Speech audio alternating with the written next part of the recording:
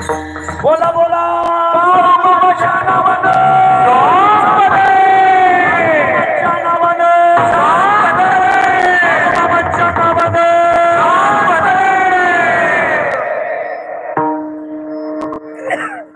टाळ्या वाजवा एकदा.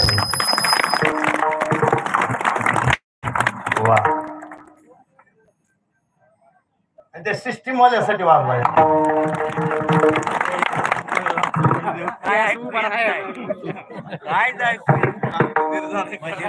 हो, आता हे असंच होत आहे बाबा पाटील.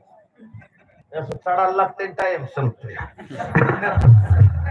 9:15 झाले, पण आता चुकी एक झाली या, ती बिहा दावलंय ना, बिहा काढलं पाहिजे ना. चूक झाली ना, तिथं चूक झाली आपली.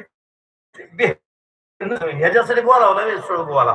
माणसं मेलेली सांगतोय, बरं वरिष्ठाला बोलावलं तरी मेलेले सांगतोय, मामाच्या दरबारात तरी मेलेले सांगतोय. नाही, माझा विषय काय होता, मला काय पटवून द्यायचं होतं की लोक मामाला सहन होत नाही, असं एखाद्याचं वरबाडलेलं मामाला सहन होत नाही.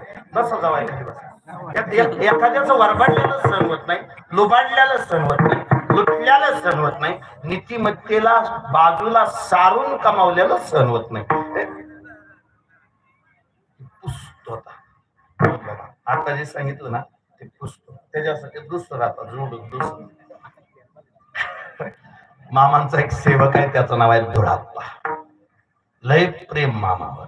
आणि खरं सांगू का, तुम्ही काय बी म्हणा गड्या, मला त्या मेंढक्यांबद्दल प्रचंड प्रेम वाटतं, आदर वाटतो. आई बाप घरदार प्रपंच तसा सोडून ही माणसं मामांच्या सेवेसाठी आली.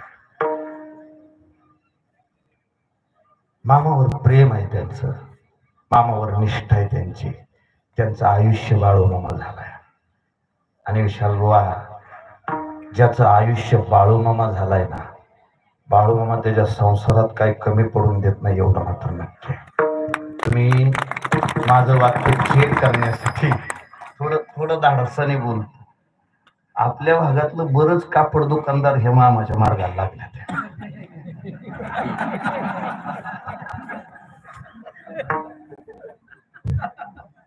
गवळी साहेब, खरं आहे का खोटं? काय चालतं, काय वाईट थोडीच आहे. बरेच अगदी शेंडगे पाहुणे बघा, हे गवळी साहेब बघा, ह्यांचे चांगलं दुकान आहे कोण शिरसमध्ये.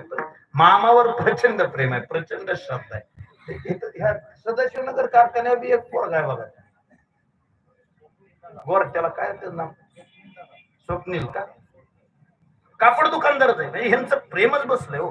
आणि अजून थोडं बोलू का बसू नाही, मामांनी त्यांचं कल्याणच तेवढं केलंय, तेवढं कल्याण केलं. माणसं प्रेम जीवापाड करतात अशोक बुवा.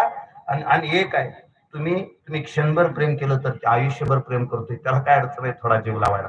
सगळ्याच मेंढक्यांचा जीव होता, पण धुळाप्पाचा मामावर विशेष जीव होता. धुळाप्पा मामापाशी राहायचा, धुळाप्पा मामा बरोबर फिरायचा. धुळाप्पा म्हणजे मामाची सावली होता. नेमकं झालं असं, धुळाप्पाला मामाच्या सोबत राहून राहून चांगलं दिवस येतात. चांगल्याच्या संगतीत राहिला की चांगलं दिवस येतात. हे अत्तराच्या दुकानात कामाला असणाऱ्याने अंगावर तर नाही मारलं तरी बाहेर निघाला की सुगंधच येतो, आणि कोळशाच्या खाणीतला गडी बाहेर निघताना काळाहूनच बाहेर येतो. तुम्ही कुणाच्या संगतीत राहताय ह्याच्यावरून ठरतं. धुळाप्पा मामाच्या संगतीत राहिला, प्रचंड चांगलं झालं. पण अडचण अशी झाली, चांगलं झालं त्या दिवशी मामाला म्हणला, मामा मी जरा घरी जाऊन येतो, आणि मी माघारी येईन असं सांगून घ्या. पण बहुतेक चांगलं दिवस आलं की माणूस देवाला विसरतो. चांगले दिवस आलं की माणूस देवाला विसरतोय. कुंती मातेला श्रीकृष्णाने विचारलं होतं, तुला काय देऊ? तेव्हा कुंती म्हणली होती, देवा मला काही देऊ नको, मला फक्त दुःख दे. आत्या आयुष्यभर दुःखच सहन केलं, आयुष्यभर दुःखच सहन केलं. कुंतीभोज राजाने तुला दत्त घेतलं, स्वतःच्या बापाजवळ तुला राहता आलं नाही. कुंतीभोज राजाने दत्त घेतल्यानंतर लग्नाच्या अगोदर पुत्र झाला, तोही पाण्यात सोडून द्यावा लागला. विवाह करत असताना विवाह सुद्धा अशा पुरुषाबरोबर झाला ज्याला शाप होता. त्याने जर स्त्रीला स्पर्श केला तर त्याचा मृत्यू होणार होता. आणि त्या पंडूराजाबरोबर विवाह झाल्यानंतर ऐन तारुण्यामध्ये पती मरून गेला. पती मेल्यानंतर स्वतःच्या लेकरांना आयुष्यभर वनवासात राहावं लागलं. लेकरांना वनवास सहन करून माघारी आल्या